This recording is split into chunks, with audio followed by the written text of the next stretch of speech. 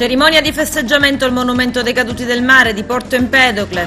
Nessun nuovo caso in provincia, buoni spesa del Comune di Agrigento direttamente sul telefono. Ospedale di Ribera diventa Covid, per i dipendenti tutta l'ASP in arrivo 300.000 euro, protesta della CISL.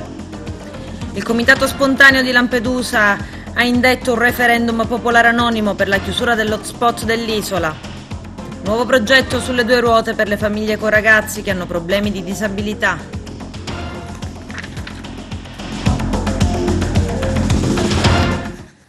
Bentrovati gentili telespettatori al nostro appuntamento con l'informazione. Oggi 10 giugno è la festa della Marina Militare, cerimonia a Porto Empedocle organizzata dalla Capitaneria di Porto e dall'Associazione Nazionale Marinai d'Italia al Monumento dei Caduti del Mare. Il nostro direttore Arturo Cantella era lì.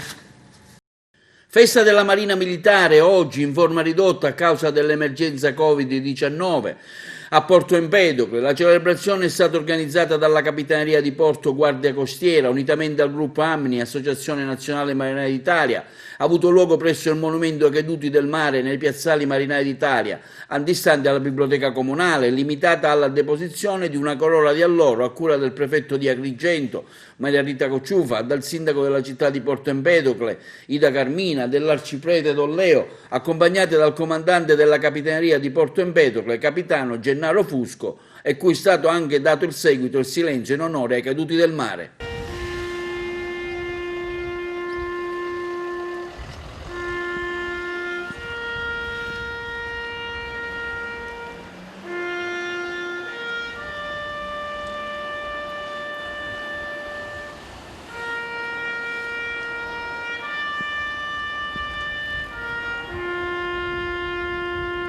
In dimensioni ridotte però ugualmente sentita, è un momento particolare della storia dell'Italia e in generale del mondo dovuta alla pandemia, come tutti sapete, ma abbiamo comunque voluto ricordare la festa della Marina, i caduti del mare, un momento importante per tutti noi. E permettetemi ovviamente di rivolgere un pensiero anche a tutti i colleghi che purtroppo sono deceduti a causa della pandemia. È sicuramente in questo momento importante essere vicini a tutti, alle famiglie, e noi come Corpo della Guardia Costiera siamo stati sempre vicini anche in una situazione di difficoltà, abbiamo continuato a lavorare. Abbiamo svolto i nostri compiti ugualmente anche in condizioni estremamente difficili. Lo abbiamo fatto per il nostro senso del dovere, il nostro spirito di sacrificio e per l'amore della patria. Abbiamo cercato comunque di far sentire il nostro appoggio a chi ne aveva bisogno e stiamo cercando piano piano di ritornare alla normalità. E questo è l'augurio che io faccio in questo giorno di festa, e che si possa celebrare l'anno prossimo una nuova rinascita con una festa della Marina come sempre è stata fatta, perché vorrà dire che è stata superata anche questa fase di emergenza. Un momento sicuramente importante, significativo, che abbiamo vissuto con la sobrietà che questi tempi ci impongono, ma è un momento ovviamente di vicinanza anche alla Marina e che sta dando anche un contributo importante anche in questa provincia in particolare. Noi, come sapete, siamo molto impegnati su un versante caldo che è quello anche dell'immigrazione, e sicuramente la Marina, il Corpo delle Capitanerie di Porto ci stanno dando un contributo significativo, quindi per me è un piacere e un onore anche venire qui a Porto Empedocle. Questa è una realtà molto significativa della provincia. Ad Agrigento stiamo vedendo questa gestione dei migranti che sta creando dei problemi, non solo ad Agrigento, ma l'hanno fatto anche a Porto Empedocle, anche a Siculiano, insomma un momento sicuramente particolare. Guardi, è un momento difficile, particolare, che però lo Stato continua a seguire con la massima e ribadisco veramente massima attenzione. Per noi è incardinata nel cuore della nostra città, della cittadinanza, la Marina, soprattutto in questo periodo di grandissima difficoltà in cui si è prodigata, perché la Capitaneria e la Guardia Costiera si sono prodigati per il soccorso al mare. Noi abbiamo il fronte caldo dei migranti che in questo momento ha destato tanta preoccupazione, però abbiamo le autorità vicine, naturalmente non ci fermeremo nell'attenzione menzionare questa questione nel periodo di emergenza sanitaria.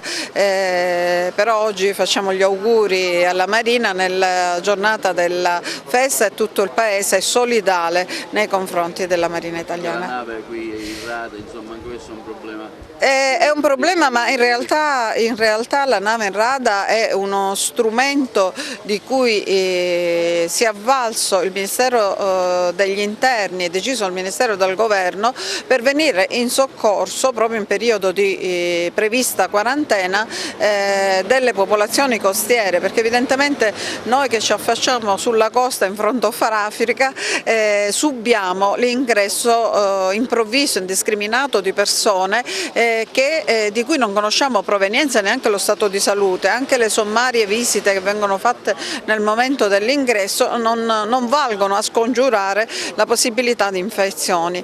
Quindi evidentemente è uno strumento che è storicamente da sempre utilizzato, quelle delle navi in rada, dalle prime pestilenze del Medioevo, proprio per tenere esente la popolazione da pericoli, ma si tratta di persone, quindi dobbiamo trattare bene conformemente a quella che è la civiltà, la grande civiltà italiana, il grande senso di ospitalità. Una volta che noi siamo sicuri che stiano bene, possono scendere e essere allocati, e non solo da noi.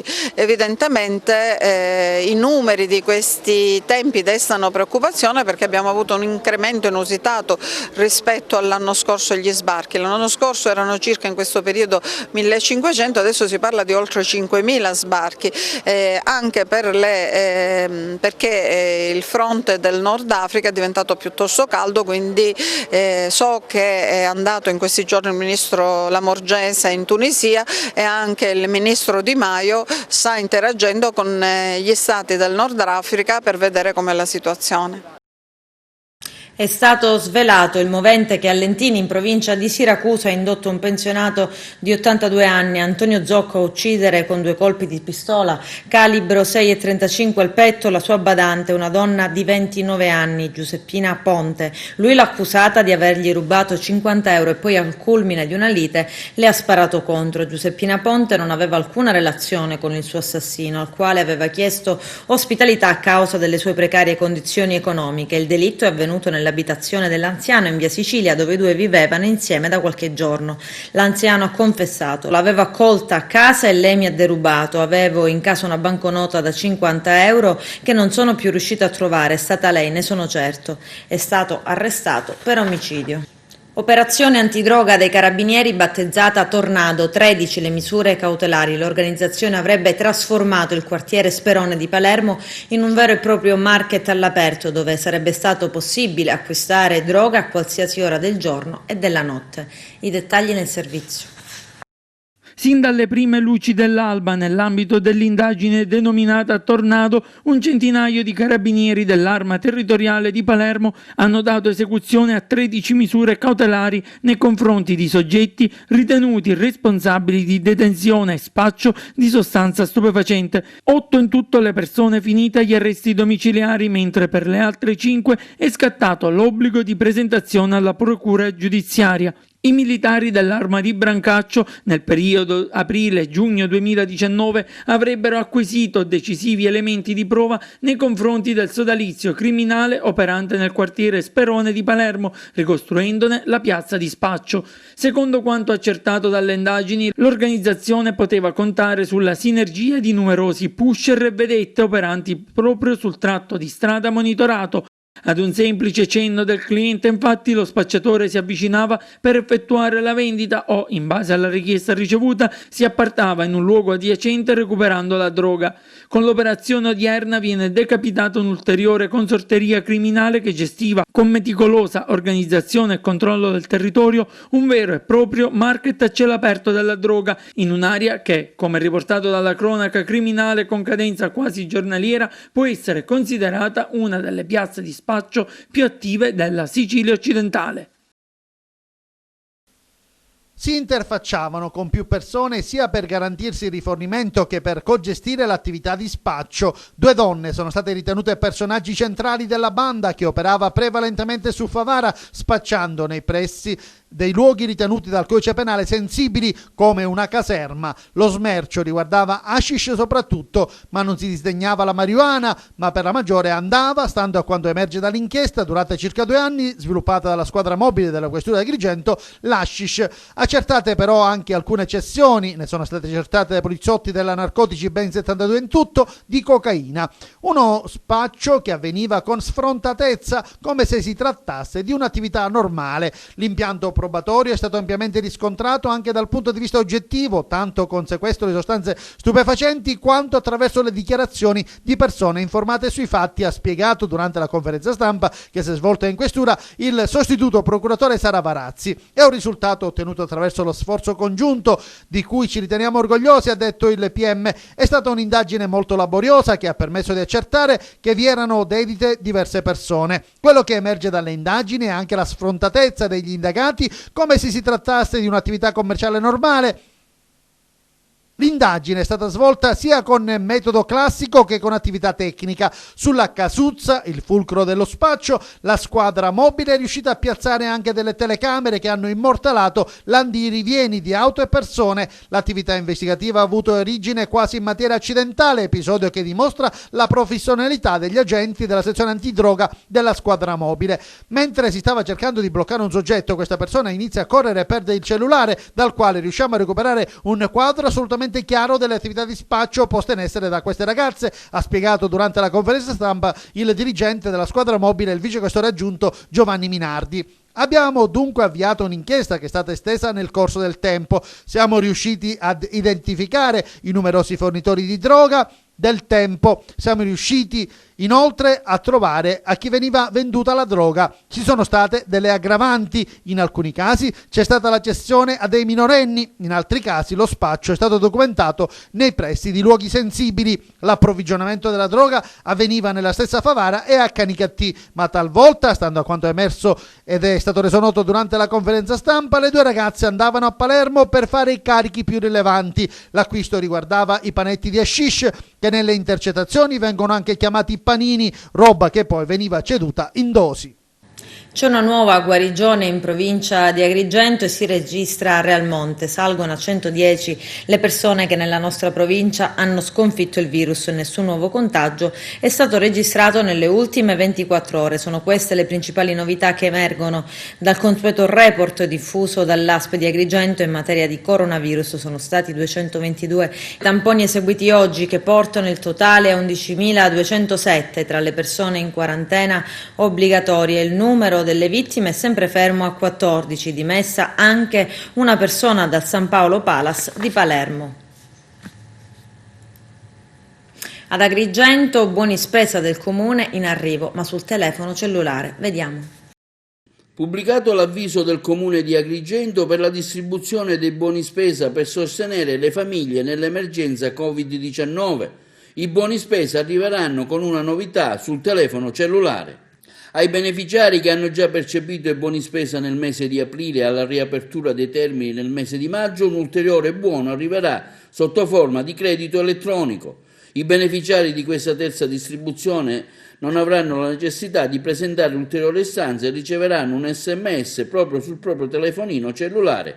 Sarà comunicato un numero di PIN e l'ammontare del credito da spendere presso gli esercizi convenzionati. La gente deve solo fare la spesa, nel senso che abbiamo cambiato la modalità di distribuzione di questi buoni, sarà in formato elettronico e non ci sarà bisogno di fare la domanda, perché riguarda solo quelli che già hanno avuto una prima attribuzione di buoni spesa, per cui a queste persone verrà messo l'importo del buono spesa su un portafoglio elettronico virtuale che è collegato con la tessera sanitaria o il codice fiscale, e noi invieremo un codice PIN per SMS con il quale assieme alla carta, al codice fiscale, si potrà pagare al supermercato o nel luogo dove si sta facendo un acquisto.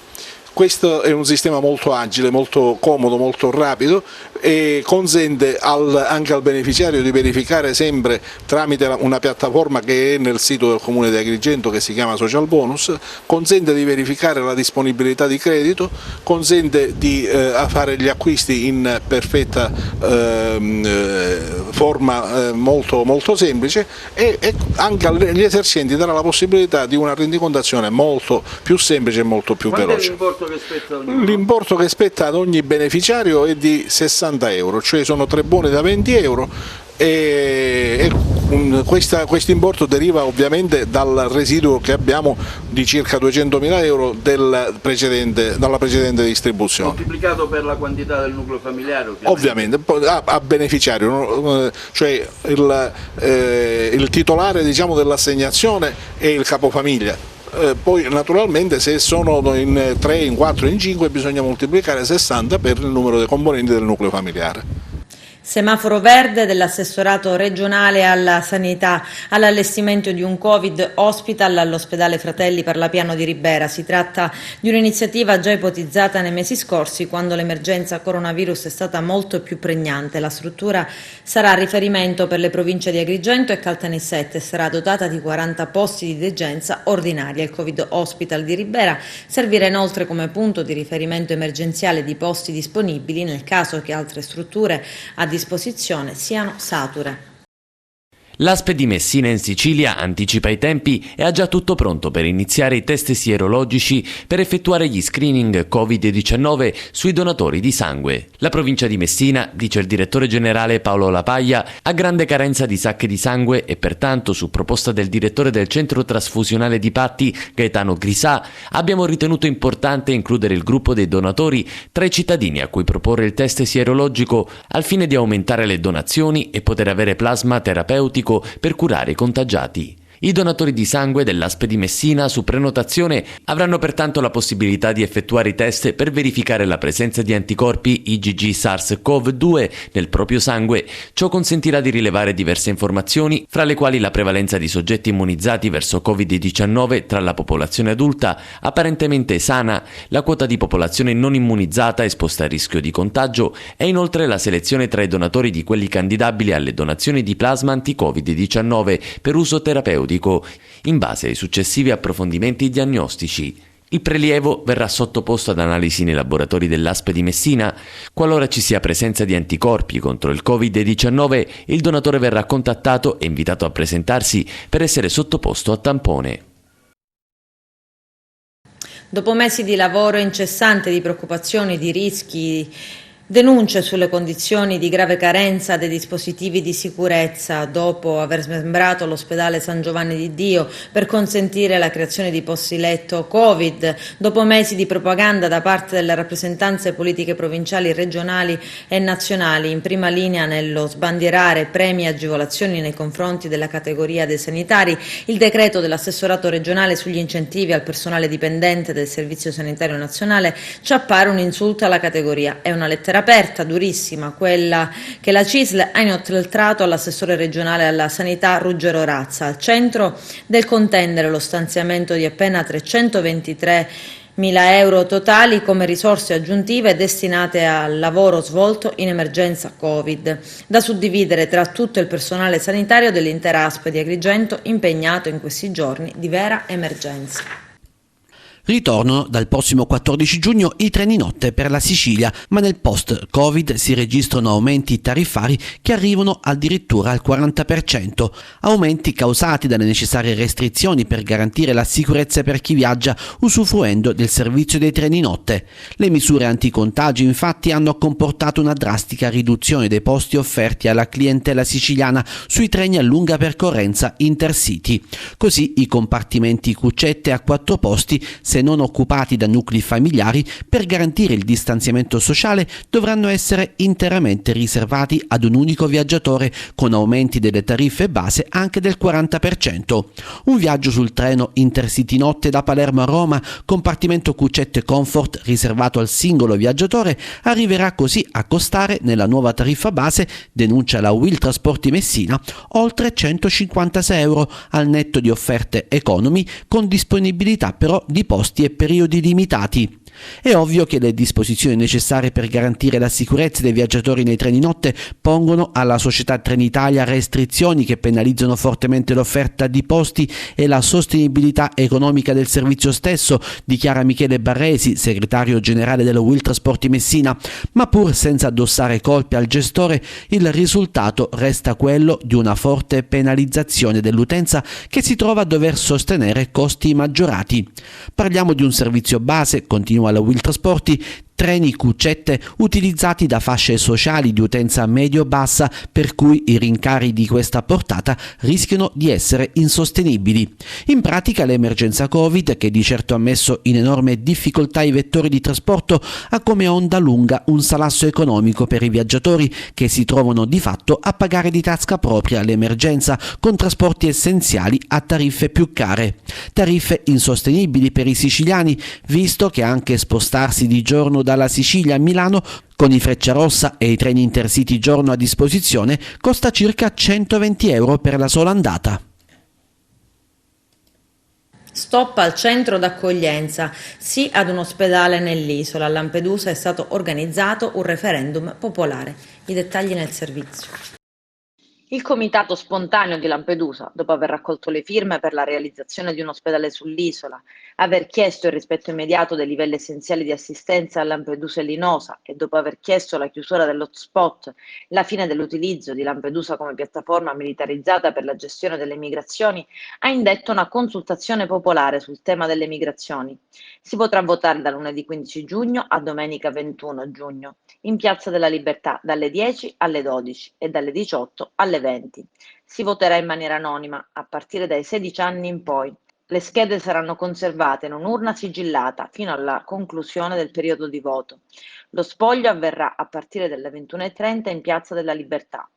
La consultazione, dichiara il comitato, ha come obiettivo quello di dar voce alla reale opinione degli abitanti di Lampedusa, cercando così di rompere l'immagine retorica e politicamente funzionale che negli anni è stata costruita intorno a quanto si verifica sull'isola. Non è nostra intenzione ignorare la gravità del problema migratorio, riteniamo però, continuano, che a partire dalla rivendicazione dei diritti e della serenità per i lampedusani possa iniziare un percorso di messa in discussione dell'intera governance delle migrazioni, superando così, concludono, le attuali normative nazionali ed europee, con particolare attenzione al tema dei diritti dei lavoratori comunitari ed extracomunitari. Ars, scontro tra governo Musumeci e Miccichè sul DDL semplificazione, alta la tensione a Palazzo dei Normanni tra il presidente della regione e il presidente dell'Ars, Lello Casesa. Continua a distanza lo scontro politico tra il governatore Musumeci ed il presidente dell'Assemblea regionale Miccichè, che rischia di bloccare l'attività dell'Aula. Uno scontro, come sussurrano voci di palazzo, che dura da alcuni mesi e che cova sotto sotto tra i due leader politici. I due infatti alla base hanno avuto un diverbio a distanza durante il voto della finanziaria, con il governatore che ha abbandonato l'Aula proprio dopo aver augurato le manette al deputato Sammartino, e Miccichè che ha criticato sia le parole del governatore sia la scelta di abbandonare l'Aula da parte del presidente della regione. Un rapporto sempre più complicato tra Miccichè, che voleva un mega rimpasto, e Musumeci lo ha negato. Sui dirigenti generali Forza Italia vorrebbe sostituire quasi tutti e il governatore invece prende tempo. Rapporti tesissimi che rischiano di bloccare il lavoro delle commissioni e di paralizzare il lavoro dell'Assemblea regionale. Lo scontro è avvenuto per il provvedimento sulla semplificazione burocratica inserita all'interno del disegno di legge Sammartino, che vede un asse privilegiato proprio con il presidente dell'Assemblea Miccichè, che ha provocato una forte irritazione al governatore. Scintille quindi all'interno della stessa maggioranza, che hanno indotto uno degli assessori presenti in aula, Totò Cordaro, a chiedere un rinvio di 24 ore sul provvedimento per approfondire alcune parti del testo con gli uffici, nella speranza di fatto di trovare una quadra e soprattutto un accordo numerico. Una richiesta che ha colto di sorpresa il presidente dell'Assemblea Gianfranco Miccichè. Se si chiede un rinvio in commissione del testo devo far votare l'Aula, ma vorrei capire le reali intenzioni del governo, fermo restando che per me non c'è problema a concedere 24 ore per un approfondimento, ma il testo comunque rimane questo. Molti parlamentari intervenuti hanno ricordato che il testo parlamentare è stato oggetto di un lungo confronto anche col governo e soprattutto in commissioni affari istituzionali. Adesso c'è la pubblicità, tra poco vi aspetto. Disparità nella distribuzione dei fondi a sostegno delle aziende, ciò che accade nel settore delle TV e delle radio, l'impegno del deputato 5 Stelle Michele Sodano per i piccoli imprenditori e i giovani. Vediamo.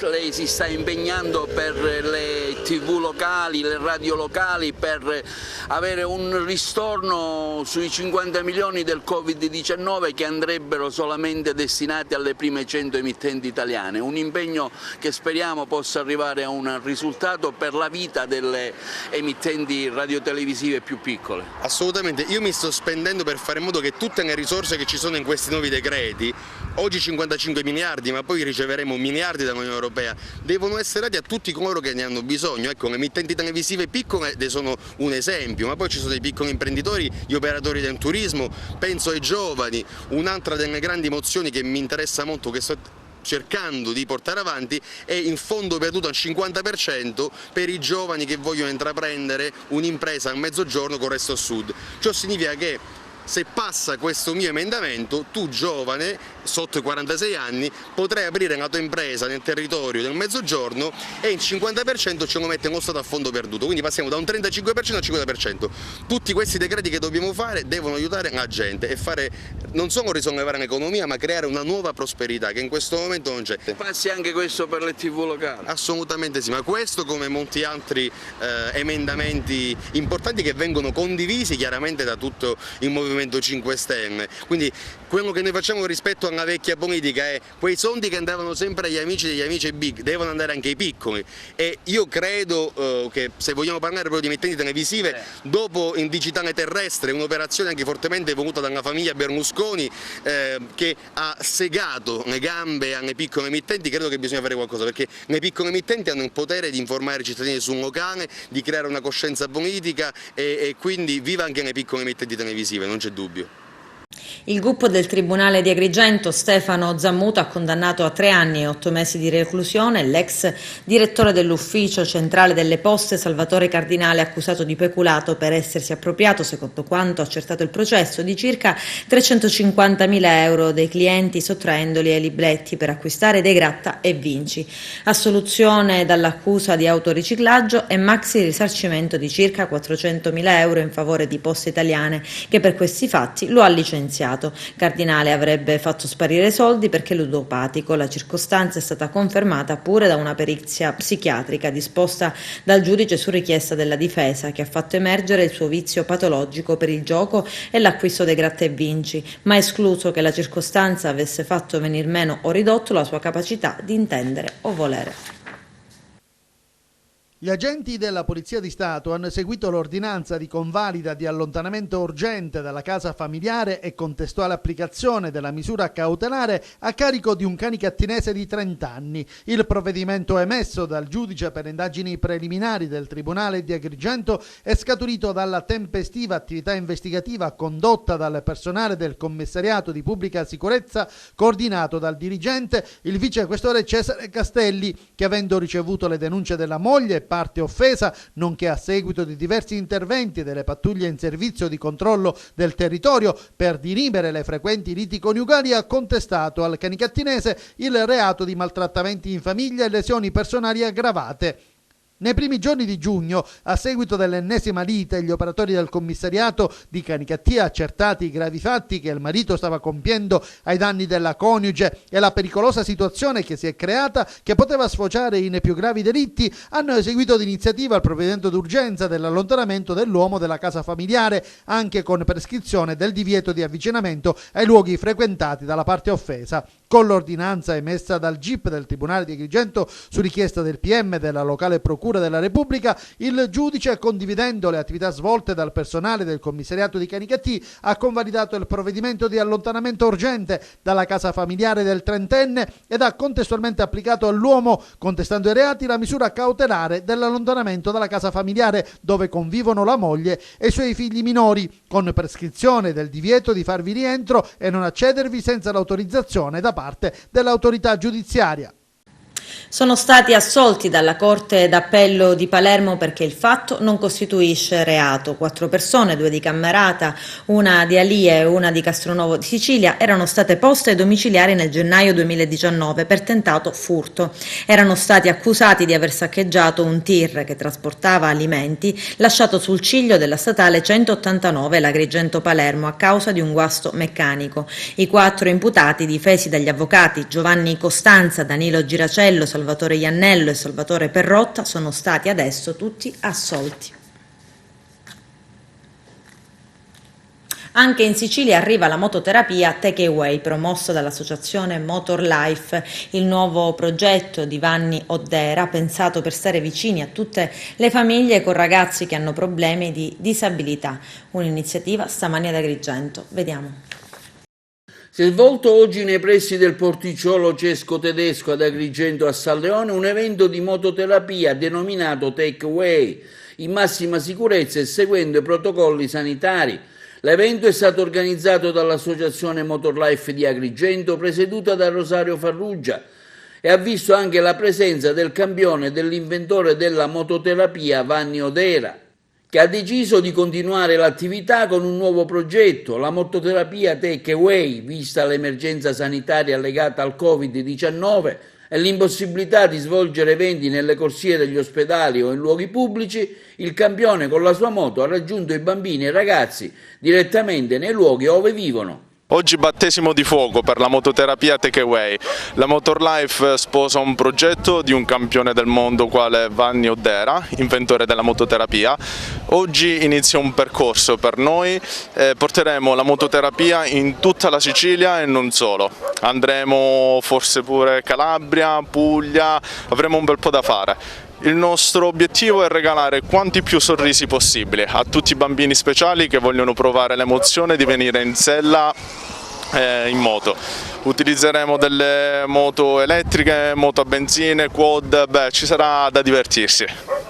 Abbiamo portato qui la mototerapia Take Away, che è l'evoluzione durante il Covid della mototerapia, ovvero noi portiamo la moto, portiamo dei divertimenti, delle passioni ai bimbi e ai ragazzi disabili che sono in quarantena. Sono qua in Sicilia perché abbiamo scelto un collaboratore molto stretto a noi che si chiama Rosario, che porterà avanti questo sogno durante il 2020 qui in Sicilia.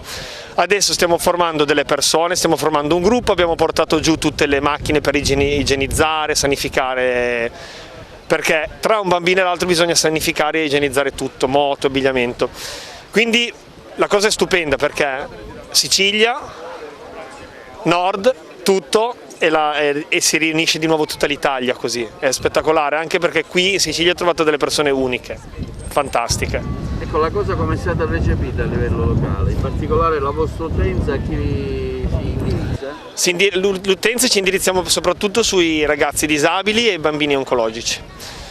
C'è da dire che qui veramente quando tu proponi questi tipo di cose, la gente qua ha cuore rispetto che al nord, c'è da dire questo perché qua è fantastico.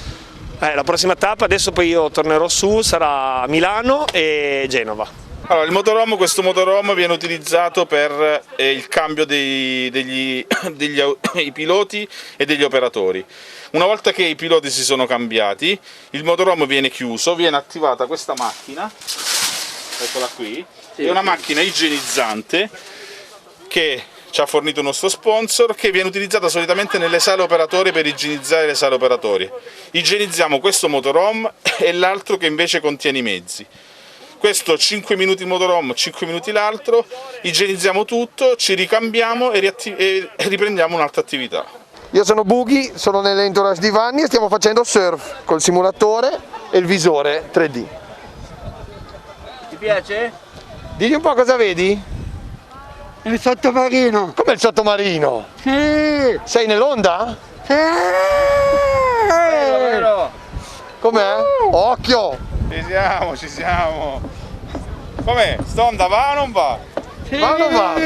Reggi, piega se gambe, vai! Com'è andata? Alla grande. C'avevi anche la TV che ti riprendevi, hai visto? Cos'è che vedevi praticamente? Raccontaci. Onde. Onde. E tu che facevi? Sull'onda? Navigavo. Bene, eri contento? Alla grande. Grazie. Ciao. Picchia il proprio cane con una zappa e tenta di seppellirlo ancora agonizzante. Accaduto ieri in provincia di Messina, ha denunciato un 85enne. I dettagli nel servizio. I carabinieri di Sant'Agata Militello hanno deferito in stato di libertà un 85enne di Torrenova per maltrattamento di animali. I militari dell'Arma della stazione di Sant'Agata Militello hanno avuto notizia che a Torrenova alcuni cittadini avevano salvato una cagnetta che era stata percossa e presentava evidenti lesioni. Le attività di indagine avviate a seguito dell'acquisizione della notizia, che nel frattempo si era diffusa attraverso i social network, hanno permesso di ricostruire in maniera completa la vicenda. I militari dell'Arma hanno accertato che il cane era stato brutalmente picchiato con una zappa e seppellito ancora agonizzante ed era stato salvato dall'intervento di alcuni cittadini, i quali avevano allertato i servizi veterinari, intervenuti sul posto per prestare cure all'animale. I carabinieri sono risaliti all'identità dell'anziano proprietario del cane ed hanno accertato che l'uomo aveva percosso l'animale per futili motivi, rinvenendo e sequestrando la zappa con cui dapprima l'aveva colpito e poi seppellito. L'uomo pertanto è stato denunciato in stato di libertà alla Procura della Repubblica di Patti per il reato di maltrattamento di animali. Il cane, dopo aver ricevuto le prime cure, è stato affidato in custodia ad un'associazione di Torrenova che si occupa di animali abbandonati e maltrattati. Con questo è tutto, termina qui l'edizione del telegiornale. Grazie per la gentile attenzione e per essere stati con noi. A presto.